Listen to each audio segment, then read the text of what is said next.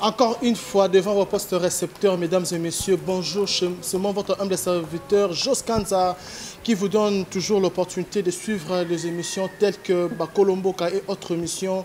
Aujourd'hui, mesdames et messieurs, l'émission Bakolomboka reçoit pour vous des hommes de Dieu, comme vous savez, et vous allez suivre cette émission grâce à Bridar Télévision ou à la chaîne Téléprovince via l'application Béro Sat. Mesdames et messieurs, aujourd'hui, nous allons parler d'un thème qui est tellement pertinent, qui est l'Église face au temps de la fin. À ma gauche, j'ai l'homme de Dieu qui s'appelle Boni Yala, et à ma droite, j'ai Abdallah qui est aussi de l'islam. C'est avec eux que nous allons passer de beaux moments d'entretien, débat, de réflexion avec eux. Alors, monsieur Boni Yala, vous êtes pasteur de quelle église? Vous êtes évangéliste de quelle église? Ok, merci beaucoup. Naza, Moussa Nanzambe, il y a l'église à pas, la pierre angulaire. Et ça précisément la commune de Kisensu. Et ça, comme papa François Kimbo, Lundundila. Très bien. Okay. Alors, Abdallah, vous avez bien entendu la paroisse, c'est la mosquée. Avec Nazara Abdallah, Moualim, Motangisi, on a entendu ça Batu Islam, comprendre Batu Islam, c'est tout. Très bien.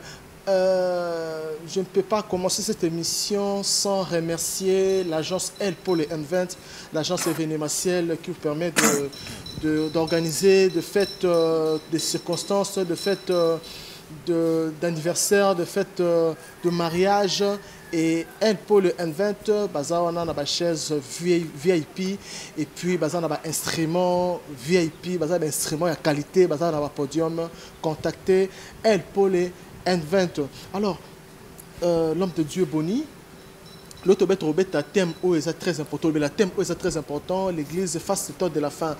Obstacle ni l'église ils ont coûté en ango na tango ya suka parce que na petit so comme na tango suka tout ça na tango nini mais nebilo bolo barabino ba chrétien parce que étant que journaliste dans la partie prité bolo barake to comme na tango suka to kende ka bongo obstacle ni l'église ils ont coûté en ango na tango suka o tozali.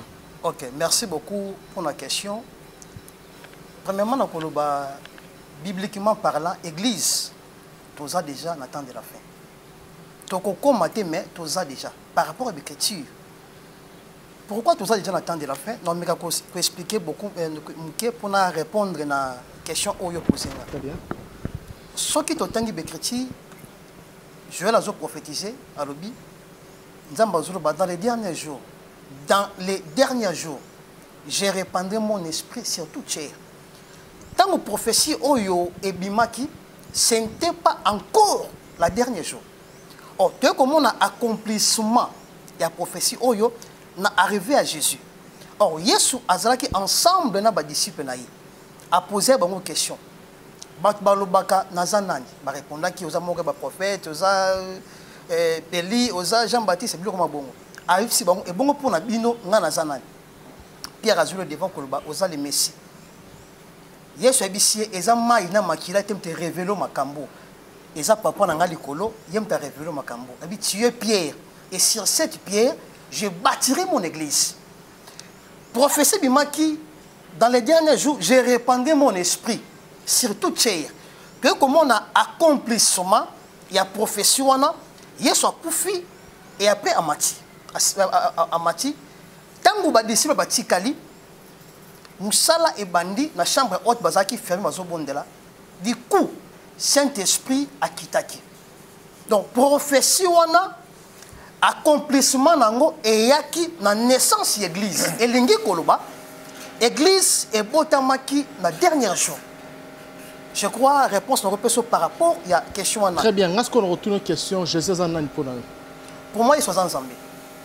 Mais à autour de masolo que à l'obi que tata na ngai likolo tout ça. Où ça la contradiction te mutoza nzambe abengi susu tata na ngo nani? Nzambe bega. OK, merci beaucoup pour la question. Et ça eloko oyo ezo créé to créé beaucoup de contradictions par rapport à makambo oyo. Yesu nzambe. Ayaki na mission yango alataki nzoto. Mais c'est bon, Nzamba Sambela raté, Sambela nani. Parce que quand tu dis que non, Yesu Abela qui tata, tout ça, mon père, c'est l'esprit de mon père. Je sais pas, papa on va voir le baiser nani. Pour yemo tata, tata on est yemo ko. Nzamba. Bon, merci. Abela qui tata nini sous. OK, merci beaucoup. Ah on a meka ko ramener par rapport il y a élément où esengi toyeba. Lelo ba église eza ebele par rapport à mambo na Yesu Masia. Tous les termes moroto et mobabingaka monothéisme. O monothéisme ezali ba religion to ba église oyo ba croyaka seulement un seul Dieu, le créateur. Soki ke na judaïsme ba croyaka na monothéisme, ezamba zaka moko. Soki na l'islam même élément. Soki na ba plusieurs religions, même oye na christianisme. To croyaka na monothéisme selon l'écriture. Il y a un seul Dieu, il y a une seule foi, il y a un seul baptême. Biso, ba chrétien, toke plus loin, to se limiter dans le monothéisme, toke ti na ko croire na la Trinité. Il y a Dieu le Père, le Fils et le Saint-Esprit. Vous croyez la Sainte Trinité, ou eza Église catholique, Église de réveil, ming ba ndima eloko wana te. Tata mon appel mon centre.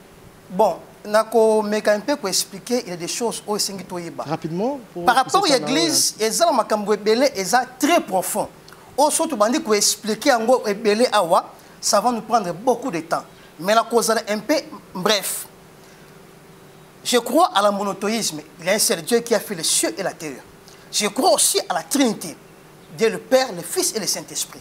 Parce que dans le temps où tu as dit, tu as temps où tu as temps de la grâce. Saint-Esprit a dit. Donc je crois aussi à la Trinité. Or, élément est poussé biso. Tu as convaincu la Trinité. Et ça, révélation où il soit péci par rapport à la naissance de l'église. Il y a un poussé du saut, ton dimanche, tu as convaincu. Il y a la Trinité. Très bien. Alors, Abdallah, Atsuloba Marambo, Oyoki Nenga Lobby, sera au la toilettage pour Obakissa sous Namoto, Olongola, Oye à Lobby. Ah, merci. Parce que Atsuloba Awa, à croire à la Trinité, Yesu Zanzambe, tout ça, Atsuloba Mamnyoso Aboye, Yoko Lobani. Bon, malheureusement, la frère Nabiso, Ndeko Nabiso, Boni Yala. Boni Yala, merci vraiment. Ndeko Boni, Aza vraiment na, comment on peut dire, na Kokwarte. Aza na kondimate. Aza na kondimate. Nous salobi yemoko aza conscient na ngote. Après c'est biso deux sens version oya vivaka nango. Jésus-Christ aza Nzambe, à croire en Nzambe, Dieu unique. Parce que mutoko ça même elimo mo santo, Dieu le Père, Dieu le Fils, Dieu le Saint-Esprit. Mais tant ozo croire wana miso misato wana Trinité, la belle Trinité, na landi bien de quoi la belle Trinité. Kota la Jésus, toute une question, mais il que Jésus-Christ est un prophète pour avoir quelque chose pas être atteint. Bon, je suis Jésus-Christ en Azanzambe. Azanzambe. Pour muto abela kinana, abela tata. Peut-être comprendre de quoi bungi, mais peut-être était de quoi bungi. Alors biso qui na croire à une seule Dieu, Nzambe wana moko et à croire en Jésus-Christ. Au croire en Jésus-Christ étant que qui, étant que Dieu. Qu'est-ce que tu as fait? Ça le lot, hein? Occuper sa vie na yo o eza moko yo vivaka nango parce que nzambe ezo la saki oza croyant kati nango. Il y a le bic non ça croyant croyance na bango et puis sur le ba awa assez différence ba judaïsme na ba église mususu ye oba croyara na nzambe moko abi bango pe ba chrétien ba croyara na nzambe moko mais ba makena nango plus loin parce que abi que to vivre en attente de la grâce oh eli mo santo samsana to vivre na connaissance qui la divinité en Zambie, qui te quoi na croyance moko ezaki na ke nango musika pour développer belé na kati nango tant qu'on bien qui musique au développer belé donc c'est que on dit m'a rappelé nzamba ba Bouddha on dit m'a nani nzambe ba l'autre l'église est-ce que ba Bouddha bazana nzambe mususu ba chrétien pe ba nzambe mususu ba musulman ba nzambe mususu tout un nzambe différent par rapport à quoi tout un nzambe moko mais ba tunde ba komisi nzambe ebelé il faut ba Abdallah s'il vous plaît il faut que Elohim peut bazali parce que la divinité bazali mais on parle de Dieu le tout-puissant ici tu es sur nzambe wa keli connaissait c'est ça Elohim bazali ba to comme si nzambe belé au moins place même mabad ba to comme si nzambe belé pour lobeli langue moko ba lobi Messi ezana langue nini et nini ko signifie nini so ke nango na hébreu to ke nango na latin ezo bima nini e lo banini tout la grec et le banin frère n'a habité sur frère Rosa na chapitre moko ya Bible au côté de sa biche ce qui Jésus Christ dans Nzambe ou ya croire en Aïka dans Nzambe abi Jésus Christ c'est Dieu est-ce qu'il y a un vexé il y a peut sa biche tout le monde qui sur Jésus Christ dans Nzambe très bien allez-y vite comprendre nous sommes na téléprovince pour l'anda biso na application Bero TV bosa partout na Kinshasa na Belgique bande kwa Kenya ba message na biso na radio La Bouche et puis cette émission sera immortalisée grâce à Bridar Télévision na YouTube nde bokolanda manaka ba kolomboka o message na kopesa mapanga ya bino Jos Kanza monsieur le journaliste comme toujours monsieur Boni Yala a otolo ba ke la kisabiso verset nini ezo laksake Jésus Christ. Parce que quand on parle de Jésus Christ, ils en ont trait d'union. Donc Jésus Christ. Leur phrase d'action est trait d'union et l'exi qui va comme mi baleza. Alors, démontrer biso verset nini oyoyo ezo lobake Yesu azanzambe. To place nini yemoko lobake azanzambe. OK, merci beaucoup pour la question. Thème toujours les ali église face au dernier jour. Avant la zone un peu coupé sa lumière par rapport à oui thème tu as toujours la carte thème tu utiliser une grande ligne tu comme place soana tu quoi terrir Jésus Christ ils ont la trait d'union la carte ils ont séparé ils ont comme mi balé Jésus la Christ Marie a comme na zemi ta comme na zemi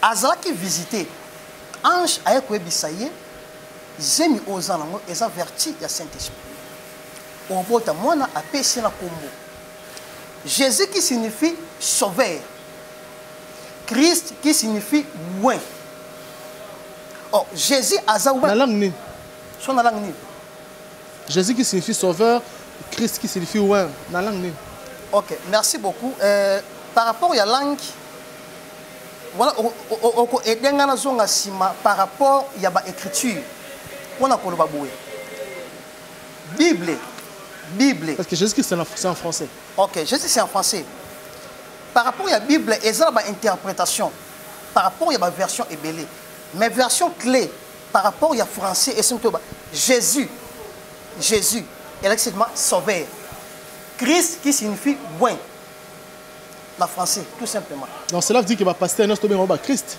pour ça loin de Dieu. Non. Pasteur à Christité. Pasteur à Christité. Net Jésus, le Jésus va se belé. Par rapport à non commun. Plusieurs personnes doivent penser comme Jésus. Mais où est Azaka moko? Dès que na Esaïe, où est Azaka moko? O ayaki pour sauver mon Jésus Christ. Ba Christ va se belé, mais où est Azaka moko? Ba Jésus va se belé. Allez-y. Jésus, d'être comment dirais-je, entraîneur il y a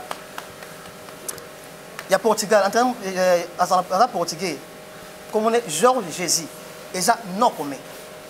Et puis je joueur moko il y a un peu brésilien, à Porto comme moi Jésus, mais et ça non commun au Europe. Jésus Noël Cheikh et pas Ali. Jésus et ça non commun au Europe ça mais Christ signifie loin. Oh, mon Christ est lié par rapport à la mission où Jésus a été dans la carte. Oh, principalement par là, Jésus a Zanzambé. Ayaki na mokili pour le peuple Israël. Oh, la façon dont le peuple Israël. Il y a le verset que Jésus a Zanzambé. ana posa penza te bakni ya posa na ye ko débatteur na yo alobi que yo pesa comment verset où ezoloba que Jésus-Christ est Dieu ou bien place ni ya loba yemoko que azanzambe. OK, merci pour la question. Ma verset est tellement ébélé.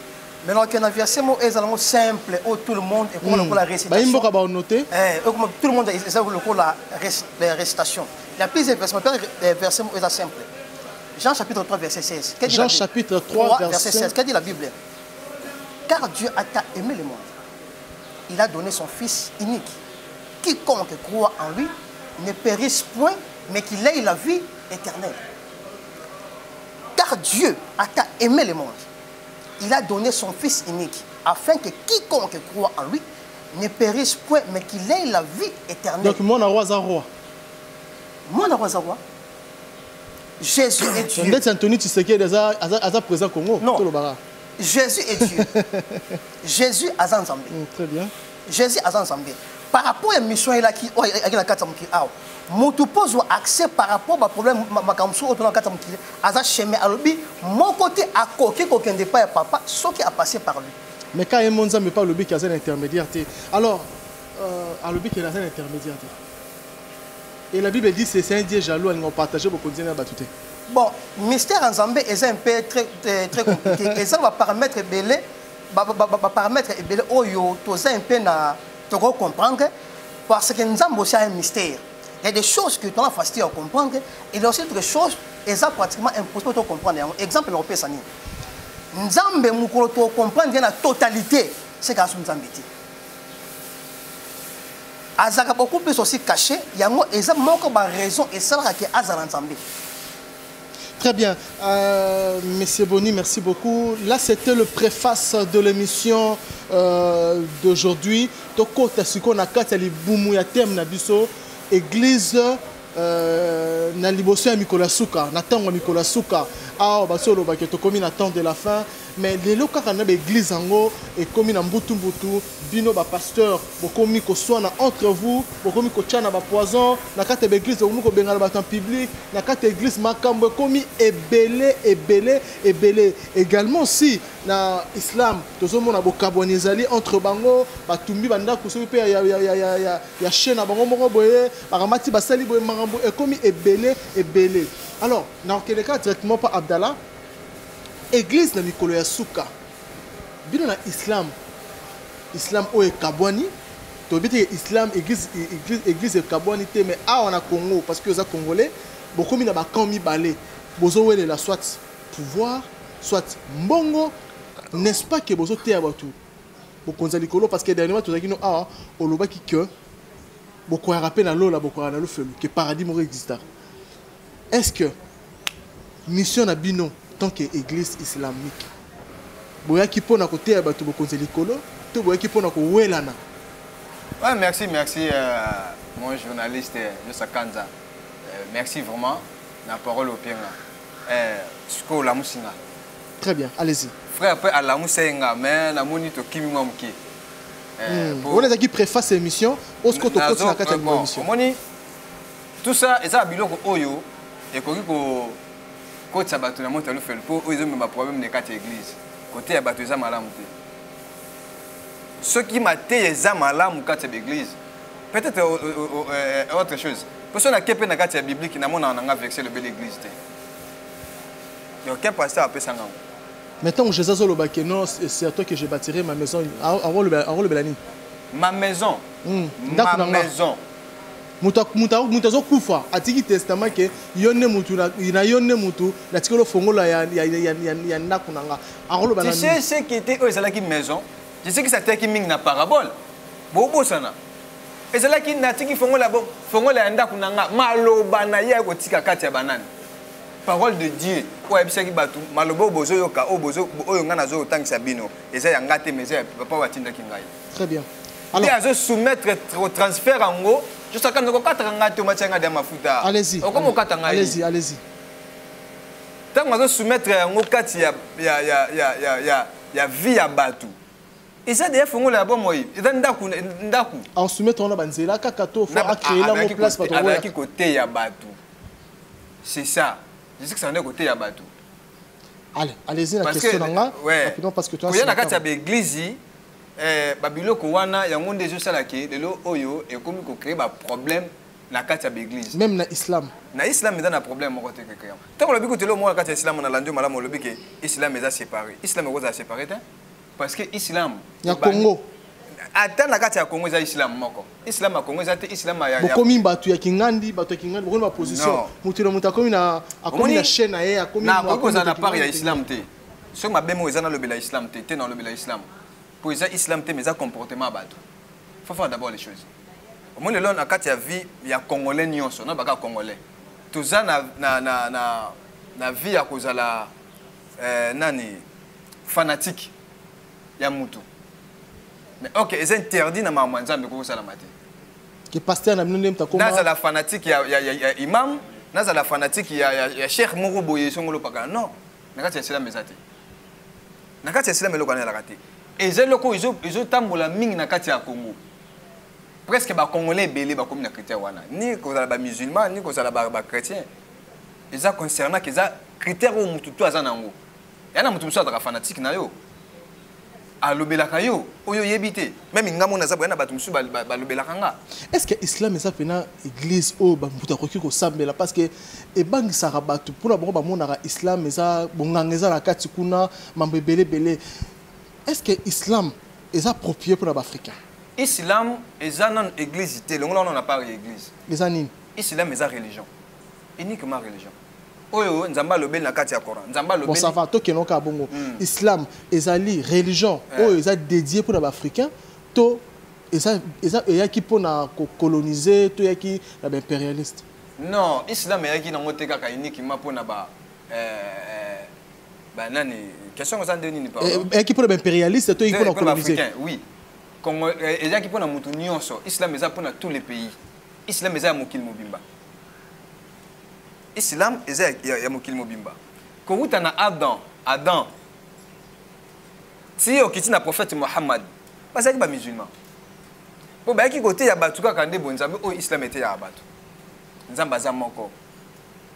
Mais tant le bioti na Adam, c'est que avant pour Islam est avant Jésus et après Jésus. Alors c'est que ozo ba ke Islam prophète Nabi Mohammed sallallahu alayhi wa sallam. Nzamba zo yebisaye et ya Mohammed. Abisiye. J'ai déjà envoyé des messagers avant toi. Mais prophète Élie Palobaki Ango, et puis qui encore prophète Élie Jean-Baptiste Palobaki Ango, après Alobaki Boye à Jésus-Christ. Prophète Belel Jab Alobela Ango, Jérémie même Jésus Alobela peut courir le prophète Mohammed. Ah, il a Simanaï, on peut croire ça. De l'obi bien. Tu n'as prophète Asuka Mohammed. N'a l'obi bien. Adam. Oui, tu n'as prophète Asuka Mohammed. Prophète Asuka est prophète Mohammed. C'est lui. Est-ce que le prophète Moussouté pas Mohammed? Oui, il y a question de ma belle. Très bien. Alors, l'homme de Dieu Boni a que depuis Adam, même là Jésus-Christ dans l'islam, au cours sa toilettage ni Ok, merci beaucoup pour la question.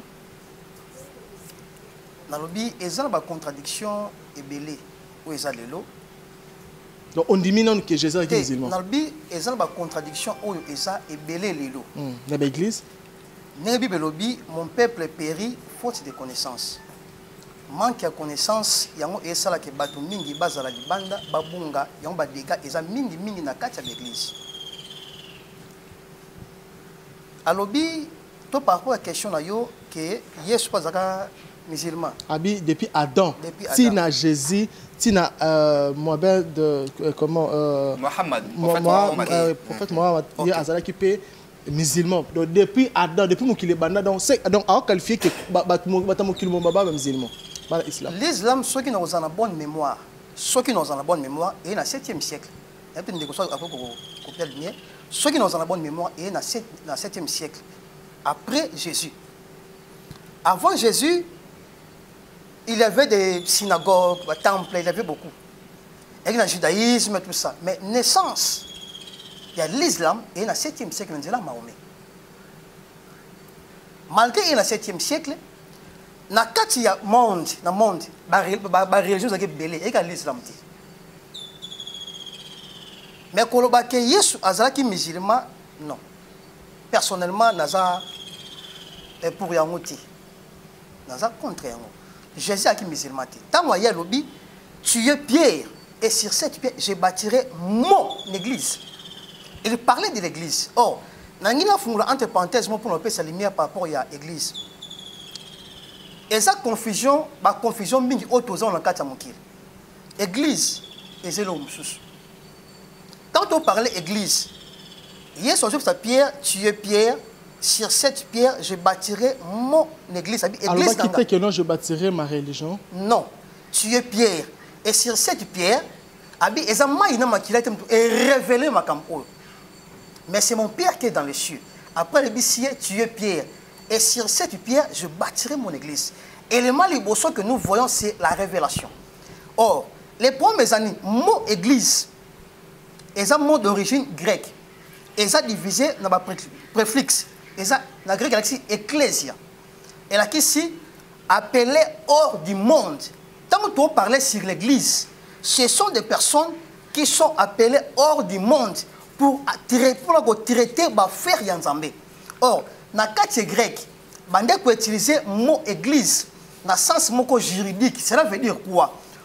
Pour traiter faire la loi yamboka. À cette époque-là, grec a une grande puissance avant Romaya. Pour traiter affaire yamboka, on a sage, ancien, baza mukolo. Babimi libanda ya mboka pour osala ba loi question lo lenge mboka ekokambamela après ça ko sa ba loi to bozonga na mboka ba proposer to ba imposer ba talisi mibeko yango na mboka eza lo lenge mboka bando okambama acte wana okende libanda ba benga ngo église donc ecclesia na grec yango Yesu tangwa ye kaka mo wana ecclesia amemi na sens religieux ya koloba ke non tu es Pierre. Et sur cette pierre, je bâtirai mon église. Or, ce qui est plus loin, l'église est un mingitel. Les autres, je bâtirai mon église. Donc cela veut dire que pour l'église des Amoko? Je bâtirai mon église. Église nanga. Les autres, dans l'église, il y a plusieurs façons. Il y a l'église, il y a Batu, Ezali. Il y a l'église, il y a démon, Ezali. Il y a aussi l'église de Dieu. Lélo, et ça l'église il y a Batou, et ça l'église il y a pas démon, il y a aussi les églises de Dieu. Or, l'église moko n'Angola, mon temps avant n'Angola à ko yeba mramna zoloba, on appelle ça comment mon temps exact pour égosa la pena propriété. Église voilà ceux qui osa congolais, et ça n'Angola, mon temps avant n'Angola à yeba mramna zoloba, ceux congolais, ceux qui l'église rwandaise là qui nan bapaya baye, ceux qui n'mpaya, ceux qui l'idée à ça congolais. À comprendre que les Congolais ne pas dans pétion bon. Pour l'église, c'est Bangolais. Donc c'est son église, ce n'est pas l'église de Dieu. Pourquoi ça la Makambo? Donc presque pas Bangolais. Mon côté à profondeur, cela veut dire que c'est son église. Ce que vous ça là bon. Mon côté à profondeur, il y a des églises, il y a Batou, il y a aussi les églises des démons. L'église est Belélo, ils ont pratiqué Makambo, conforme au terme de l'ensemble. Ça les bandes ça permet l'église démoniaque et ça l'église soit semble la ni bazali ça va pratiquer moko ezema be ba formation le réserve belé donc au moins na kati ba comme église mais la kati ba pratique ba sala là et so conformité na mo le balance ensemble yango so bi je bâtirai mon église est-ce que c'est ndeko tant ba mon église et nous ba ni mutu nyonso ensemble dans l'église à Jésus a bien le comme chrétien au chrétien qui signifie comme Christ. Religion est un christianisme. Au christianisme, il y a ici idéologie, philosophie, doctrine de Christ. Il y a un christianisme. Je crois, réponse à ma question. Très bien. Alors, Mwalim Abdallah, as-tu que Jésus, musulman depuis Adam, ti na prophète Asuka Aza Mohamed, Aza voilà, oui, prophète Mohamed. Est-ce que ezana maloba moko ya Coran ozo kwa prier que depuis Adam ti na mutasuka awa bango nyonso baza ba musulman. So ezana banda ki on azo kande ko vraiment aza plus agité donc Vraiment, même à table de pasteur, en tout cas, ça fait honte. Vraiment. Ça fait honte en quoi? Écoute d'abord les paroles de Dieu. Allez-y. Meilleure parole. Bismillahirrahmanirrahim. Que c'est la protection par Allah. Puis que c'est la maweza alikola ba prophète nyoso. Mawayanza beza alikolo na bango. Parlons Allah, nous avant toi envoyé de messagers. C'est ça là où que j'étais. Nzamba zo lobela nani? A lobela Muhammad yo ezala diana ba messager. Le messager là où bazala ki wana ezala ki par rapport à quel messager. Et je sais que c'était dedans. Il y a une épreuve. Coran chapitre 3 verset chapitre 3 Fatiha 3. Rapidement. On peut tout que on a rapidement.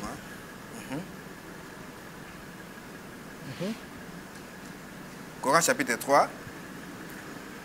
Allez-y.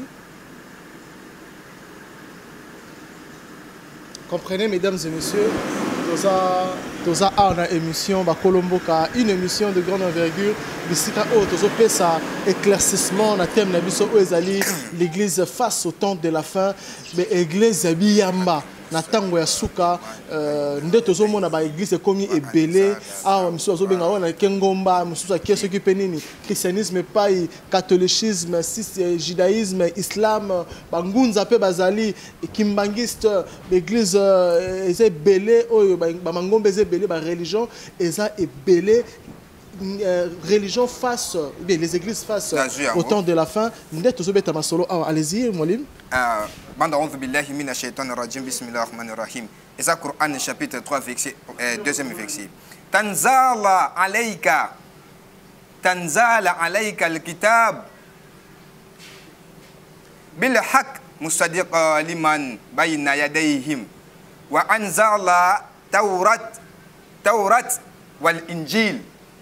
Interprétons en français pour nous. La français nzamba zo lobela livre oya liboso qui livre oyo après ça qui na injil après ça qui na ça veut dire dans livre il y a livre évangile. Nan appelle ça qui livre évangile. C'était Jésus. S'il n'était pas prophète, comment fait-il à donner le livre injil et pas naï? Après ça est book. Jésus après ça est book. Moïse azana book. Mohammed Azaki na book. Il y a 4 livres. Tout ça na Torah, Injil, Zabour, Injil, na Furqan, na Zaboura. On a un livre na Bible, non? Ba livre oyo yo yebité et ça ba livre ma book oyo ça peut na 4 prophètes. Bible exacte na 4. Bible exacte 4 c'est que ben Injil. Évangile. Et ça évangile. Mais Bible exacte Bible n'est Injil hein.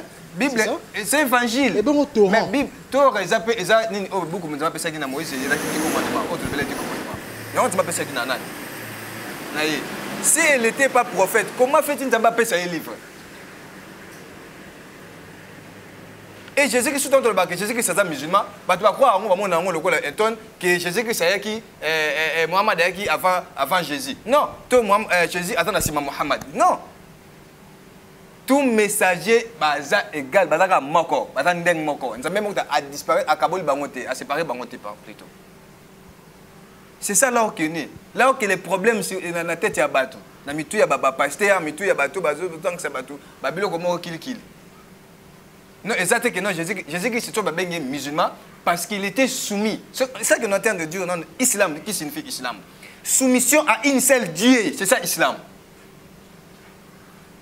Soumission à une seule Dieu. Tout ça soumis par qui? Par Dieu. Et Jésus qui était soumis par qui? Par Dieu. Tout Jésus que c'est ça le commandement n'a été ça on a volonté n'a été Jésus que c'est ça la volonté c'est qui en a. Vous parlez que soumission à un seul Dieu batunion sont au soumission à Nzambe on va faire musulman. Non oui tu es islam comme tous les prophètes qui sont soumis avec Dieu et là le prophète moko ta yaki abaki que non ngai asala ki en dehors. Là Kimbango pas à musulman. Kimbango est musulman, Kimbango était qui? Il était qui? Tu crois pas Kimbango? Na crois na Kimbango, Kimbango ça nani? Et puis Kimbango t'es? Oh nayebi kimbangu a besoin indépendance pona yo azana aza mutu wa leki na batu mais Jésus pas leki na batu oui ataki pe mutu oyo mais so yibisika ke kimbangu na tuni wa believe prophète Mohamed pas si prophète aleki pe na batu si kimbangu azalaki prophète na kimbangu azalaki prophète beaucoup ne zalaki nini pona tangi ba 4 livres kaka ya pamba ya ba prophète donc yo pona yo kimbangu oza place parce que ceux qui osent un messager nzamba kopesa yo beaucoup ezaka oya yo okotangisa ba peuple na yo. Donc kimbangu pona yo za individu. Mais vous avez kimbangu un prophète. Prophète par rapport à quoi? Ngala tuni boye. Question ngeza boye. Livre on nzamba pesa kimbangu wa perbo. Donc critère aux la prophète faut nzamba pesa livre. Bon nzamba kotindo kaka pa mana mokilo ye boye beaucoup o expliquer batunini ote ya batunini. Autant que ça batunini. Même si on continue quelque part, qu'il n'est pas mutu boite la pesa ngambon. Peut-être que mutana a cause à compliquer. Au ça la nini lettre, qu'il n'est pas ça yé pesa ngam latini yo. Je pesa ka lettre oyo mon loko pesa. Très bien. Ah on lobby que batu nyonso o bazala soumis à seul Dieu, bangonde bazala ka baza islam, on a tout noté. Alors l'homme de Dieu Bonia là, oki mambo o ndeko lobby, pour na yo recours baksanini pour qui ne suko na ni pacha suka pour tout conclure l'émission. Ok, merci beaucoup. Il y a des choses, ceux qui montent dans la position c'est un peu difficile pour eux la position. Exemple, la position bientôt à Mabé. Merci beaucoup. Nazo répondre à la question. Pour moi, tu peux changer position, c'est dans la position, il y a bien. Si tu as beau changer position, c'est la position qui te répond. Est-ce que position de Abdallah Zanango, sa position est malamu? S'il vous plaît,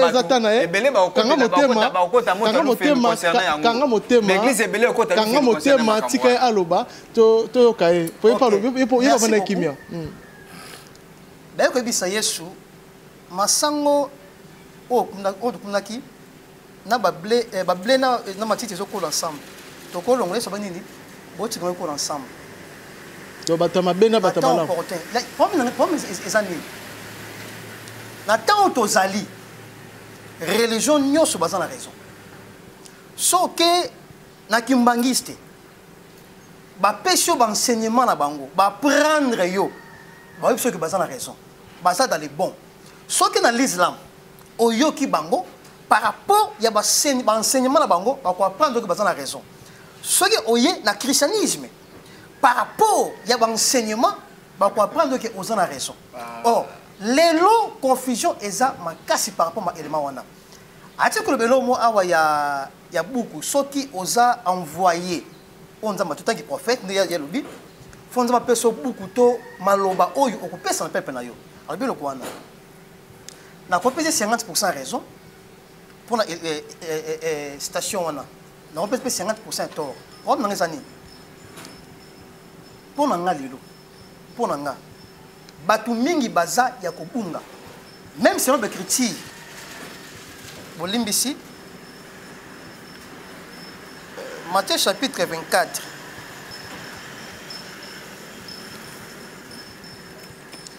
Matthieu chapitre 24, on va un peu rapidement pour le temps. Comme chapitre 24, verset 1, on quitte rapidement. Dans le sortie, verset pour la temps. Qui est vraiment rapide parce que tu connais pratiquement la souka. Jésus en allant au sortir du temple, ses disciples s'approchèrent pour lui en faire remarquer les constructions. Mais il leur dit, voyez-vous cela, je vous le dis en vérité. Il s'assit sur la montagne des Oliviers.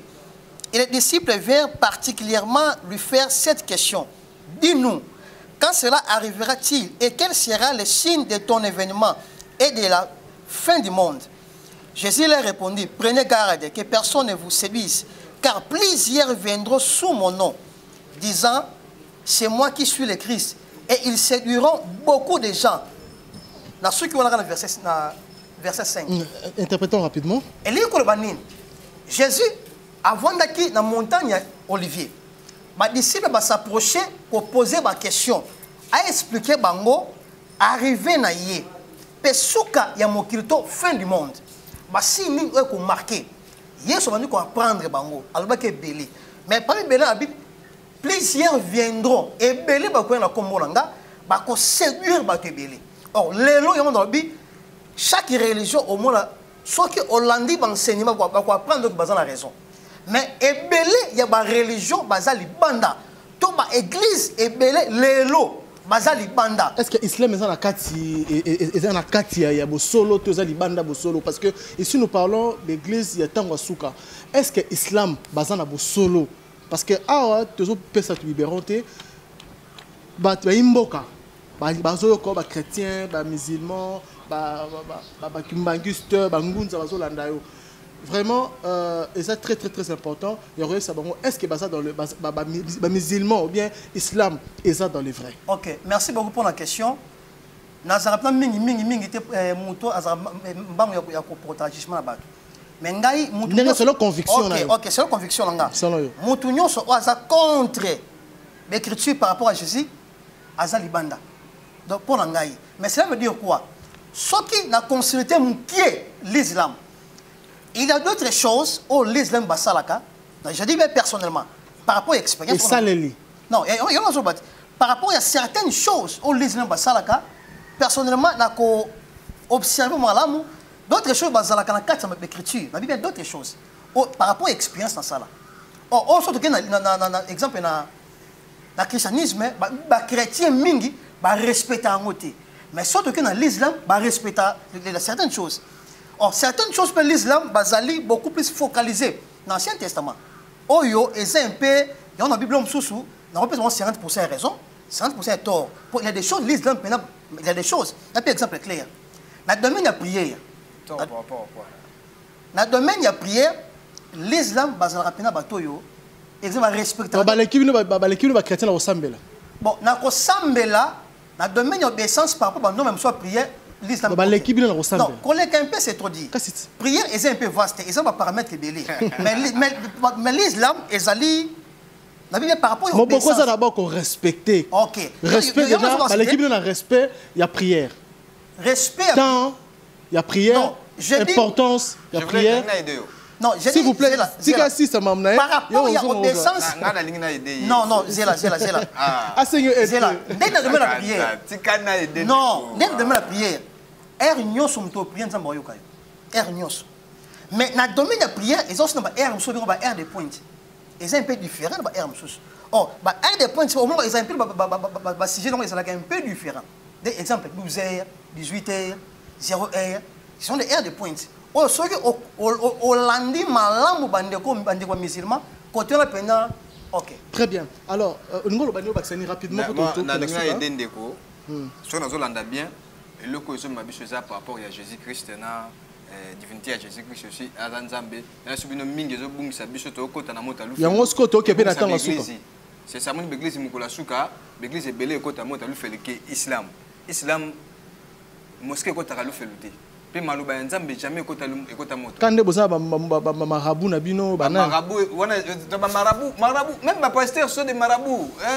Je sais quand on a eu ça qui déjà la prochaine fois. Nathalie Sakio, vous avez ça, on donne des cours. Je casse quoi parole à Jésus-Christ dans Luc. Luc combien? Luc chapitre 23, verset 46. Non, continue, Kende. Non, que tu gagnes temps. Rapidement. Badba noter l'andako. Ah, sa parole à Otanga. Allez-y. Allez-y. De quoi attendre? Attends rapidement parce que yo en attend. Ceux qui armati à 8 ans na yo kolobate ka 8 ans na yo pour allez-y. Luc chapitre 23 verset 46. Natangi. Déchiré parmi les milieux. Jésus s'écria d'une voix forte. Père, j'ai remis mon esprit entre tes mains.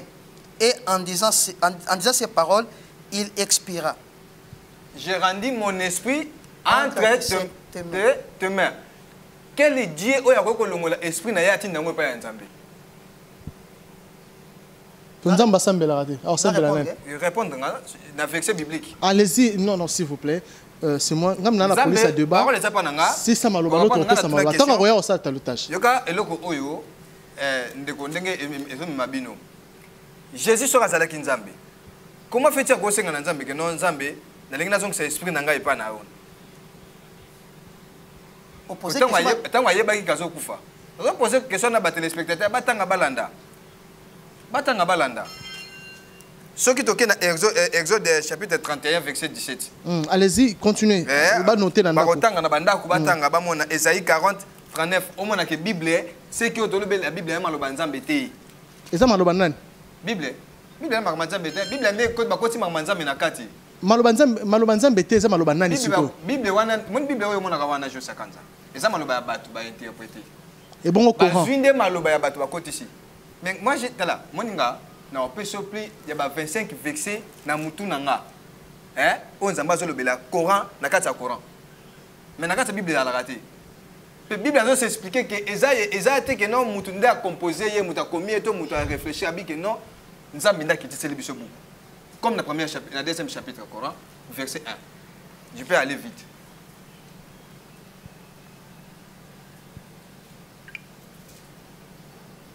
Mesdames et messieurs, comprenez que c'est l'émission Bakolombo Ka Otozali, homme de Dieu, Boniala, et puis Tozana Mwalim, Abdallah, Ande Tozosala, Entretien Nabiso.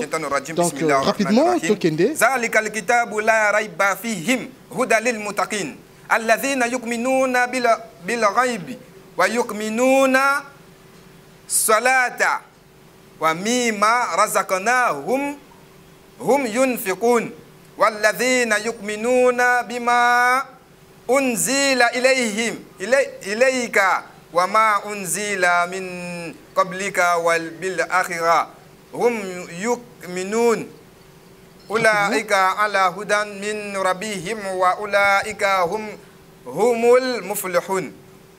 Interprétation en français. Premier verset Zali, Alif La Mim. Voici le livre qui donna aucun doute. Aucun doute. Voilà le livre donna aucun doute. C'est la doute Coran. Mais quand on est dans selon, donc il y a un doute déjà. Aucun doute. Et qui une guide pour, ils appellent guide pour ceux qui craignaient le Seigneur. Alors, pour Nabino, ma religion, tout ça. Et le connu, s'il vous plaît. Si tu as le ballon, tu as la passe. Tu as le Coran, Zamba le Béliango. Tu as le Béliaga Kamin Kota Coran. Coran Zamba le Béliango. Ah, tu as le Baké, Bino ba musulman de Bokota Lola. Qu'on appelle ba chrétien ba lobby que en fait Bokonzali Kolo et ça pour la bango ba chrétien tout ça. Alors comportement des églises aujourd'hui. Voilà donc papa homme de Dieu Bonia là. Comportement ya banana nzambe tope comportement ya basali na nzambe face ya banana nzambe et koki komema bango na bokonza likolo te roko tsa bona enfer. Merci pour la question. Parce que le pasteur a sainté protocole, pasteur a longoli zemi ya chantre, maman ça ba réalité et to ko inventer ngote to yebi.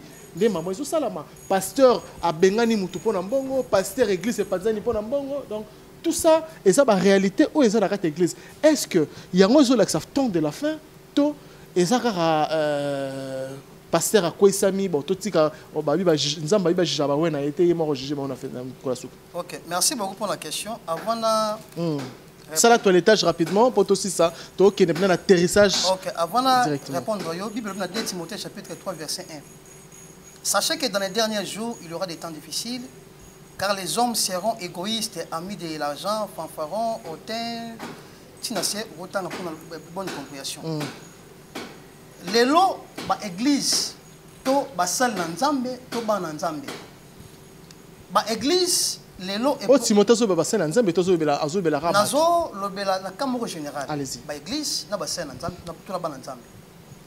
Ce qui ont posé la question, tout le monde répondre pour que l'église est portée et belée dans kati ya batu. Ndetini. Dans sens bon, batu belé, et kaboli ba famille. Non, répondre. L'église est portée makambe belé, pas batu. Batu bakeli boso, ba moni loboko ensemble, makambe belé, wa malam to moni. Église à part ma malam et c'est ma bé et belé to ba dégâts et belé au église ça. En termes de pourcentage, parce que le bolam combien de pourcents en termes de pourcentage, ma bé si compte ezolé que belé par rapport à malam, par rapport à l'église. Faut qu'on ba ma ça clair. Très bien. Ma bé eza et belé par rapport ya malam. Ma bé eza belé pourquoi? Ce qui lelo toke pas bande ko ya l'islam, ba musulman. Ba ça na ba problème na bango. Bazar ba différence na bango ba désaccord mais na éviter tant sous ngana pour la monati na éviter ata bazar ba problème na bango ya grave au mona bango te ba telemi bazo soana bazo bunda pour na tant sous mongo to ba weli mwasi jamais au mona moté même so ke pas ba catholique ke ba sango ba telemi bazo bunda ba soana pourtant so pas le mambo au mona moté mais lelo na ba biso babasa na nzambe église de réveil christianisme tout ça passer là au bazo bunda bazo soana bakanga l'hôtel kuna tout ça ba dégâts donc ba spectacle il est que belé oh na nzeba spectacle oyo yango yo sala ke église ezo sungate na domaine wana négatif ezo bombe belé oh elino banini ba musulman ba sango bazana éthique tandis que ba chrétien éthique et ça veut dire quoi? Les amants qui a classe, ton ni pour battre en théologie, bah docteur en théologie, bah théologien, bah pasteur rebelle, bah autant à l'université en théologie. C'est ça l'éthique. Non.